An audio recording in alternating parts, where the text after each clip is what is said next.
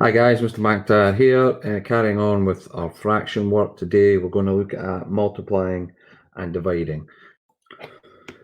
Okay, let's start with multiplying. As you can see from the note on the screen, we have an algebraic breakdown of the multiplying of fractions. We've got A, B, C, and D.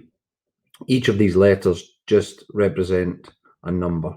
This is going to be far easier to see when we actually deal with fractions that have numbers in them. But this box is a reminder that all we're doing is multiplying the top numbers together and the bottom numbers together.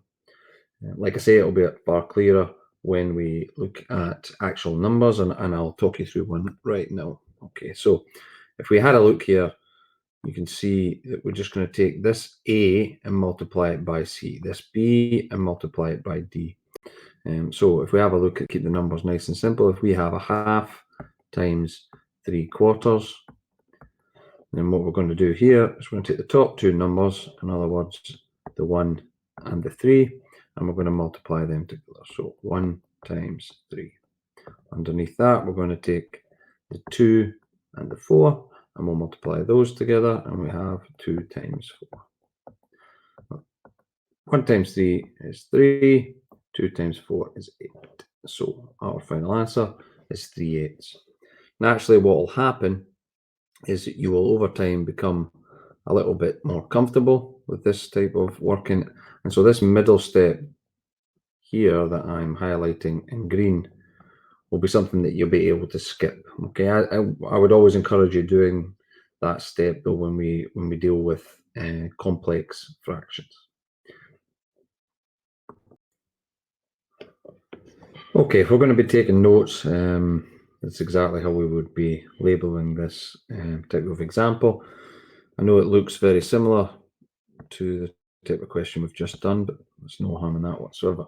So we've got 3/5 times 2/7, and we've seen previously that all we do here is we take our 3 and multiply it by the 2, because that's the two top numbers. We take our 5 and we multiply it by the 7. So we have 3 times 2 is 6, 5 times 7 is 35. Now it might be that when we get to the end of a question like this and we have 6/35, there is a possibility that the top number and the bottom number can simplify. But in this case, 35 is not in the 6 times table. There isn't a number we can divide the top and bottom by. So we can be confident that this is our answer simplified as far as possible, or in its simplest form. Okay, so that's a phrase that we should probably remind ourselves of. That is in its simplest form. So in other words, we cannot divide the top and the bottom by any numbers and make it any smaller. Okay, example 2. Example 2, hopefully you'll recognize, has mixed numbers in it. So this is slightly more complex than your regular multiplication, but there are two relatively straightforward steps that we can take that will make this a little bit simpler. So the first step, step 1, is to change the fractions within the multiplication to top-heavy fractions, something that we've done before. And the second step is to simplify by seeing if we can recognize a diagonal common factor. And I'll explain that in more detail as we go through. So first of all, step 1, we need to change this to top-heavy fractions. So we should have 2 times 3 gives us 6, add 1 is 7/3, multiplied by 1 times 5 is 5, add the 1 is 6/5. Right, and as I've mentioned previously, we have two options here. There's two methods, two distinct methods.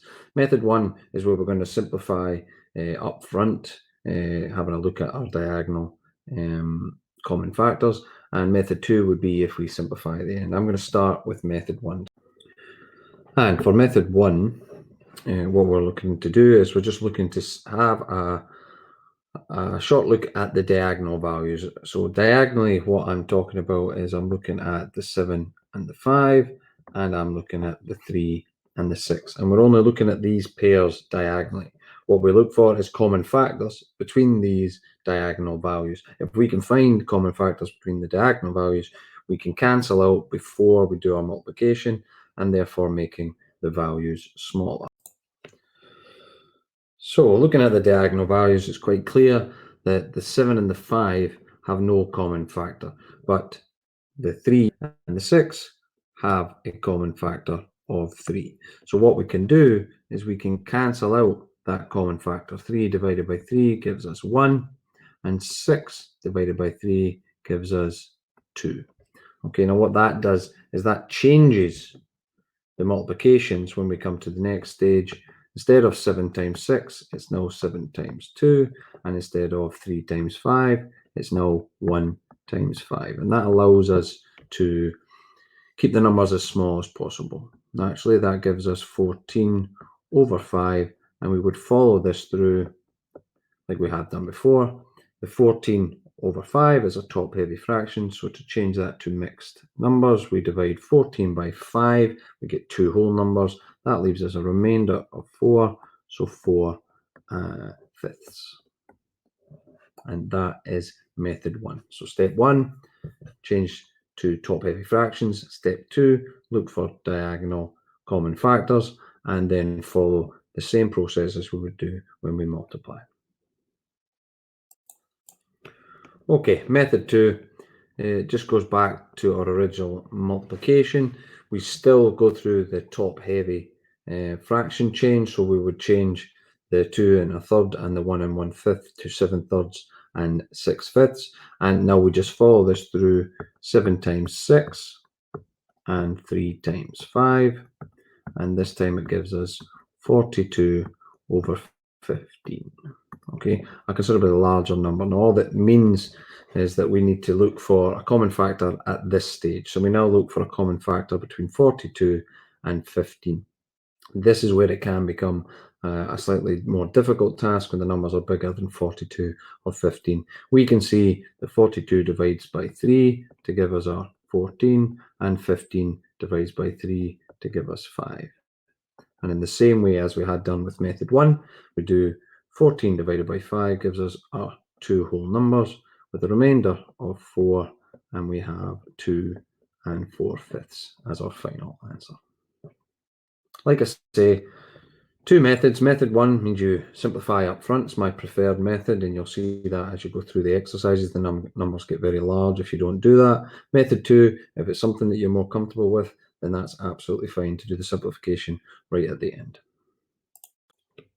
Okay, multiplying fractions, extremely straightforward. I do want to mention if we have an example that includes multiplying 3 fractions, then the process is very, very similar. We would still go through the process of multiplying 1 by 3 and the answer by 2. So we're effectively doing 1 times 3 times 2, and on the bottom 2 times 4 times 5. Okay, so for workings purposes, we would have 1 times 3 times 2 all over 2 times 4 times 5. 1 times 3 times 2 we have is 6. 2 times 4 is 8 times 5 is 40. And this is useful because it kind of gives an opportunity to look at simplifying fractions. This 6 over 40 is not in its simplest form. To ensure we have the fraction in its simplest form, we simply look at the 6 and the 40 and see if we can find a common factor and divide the 6 and the 40 by that common factor. So hopefully you can recognize that 6 and 40 only have the common factor of 2. So what we would do here is we would divide the 6 by 2 and the 40 by 2 to give us our simplified fraction of 3 over 20. And that would be our final answer. Okay guys, dividing fractions, not entirely dissimilar to multiplying fractions, a small addition of 2 extra little steps, and then we just follow the same process as multiplying. So the 2 additional steps that I reference are to do with the divide symbol changing to a multiplication, and the CD, or in other words, the second fraction in the multiplication, being flipped upside down, and it changes to a D over a C. Okay, so the two steps are: step one, we're going to flip the second fraction, and step two is we're going to change the divide to a multiply. Okay, dividing fractions. And like I said before, we're going to do this in two steps.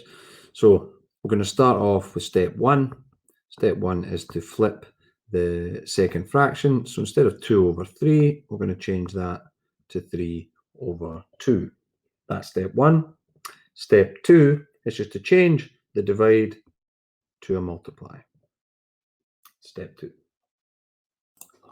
Now we can deal with the diagonals, just like we have done before. To simplify this as early as possible, we can look for common factors in the diagonals. You can see that the 5 and the 3, it's not possible to divide that pair. It is, however, possible to divide the 4 and the 2. So what we'll do is we will take the common factor, which is 2, and we'll do 4 divided by 2 is 2, 2 divided by 2 is 1, which then changes the fraction to 2 times 3 and 5 times 1. Okay, 2 times 3 is 6, and 5 times 1 is 5. Therefore, a top-heavy fraction, once again, 6 divides by 5 once, gives us one whole number, and a remainder of 1. So we have 1 and 1/5.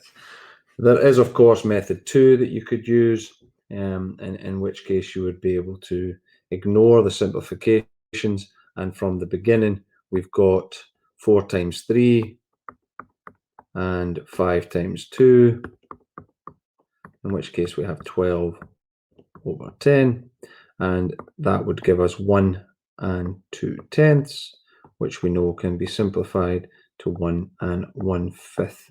Okay, ultimately arriving at the same answer regardless of what method you choose.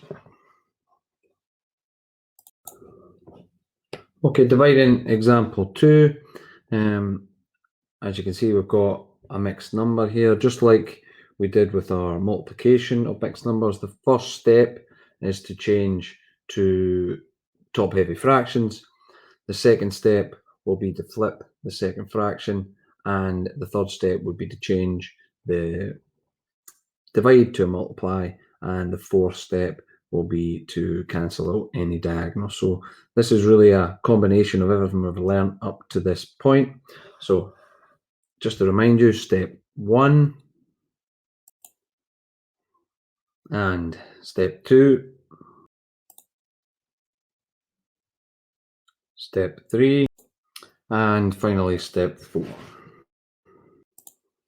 Okay, now we can go through the questions. So the mixed number will give us 2 times 6, plus the 1 is going to give us 13 over 6. The 2 and the 3, 2/3 is going to flip and change to 3 over 2. The divide becomes a multiply. Okay, now we're looking for common factors. We recognize the common factors on the 6 and the 3. So 6 divided by 3 is 2. 3 divided by 3 is 1. That leaves us with 13 times 1, which is 13. 2 times 2, which is 4. So 13 divided by 4 is going to be 3, with 1 left over, and we have 3 1/4. Good combination of all the skills we've learned at this point, and hopefully with a bit of practice you can put those steps in place.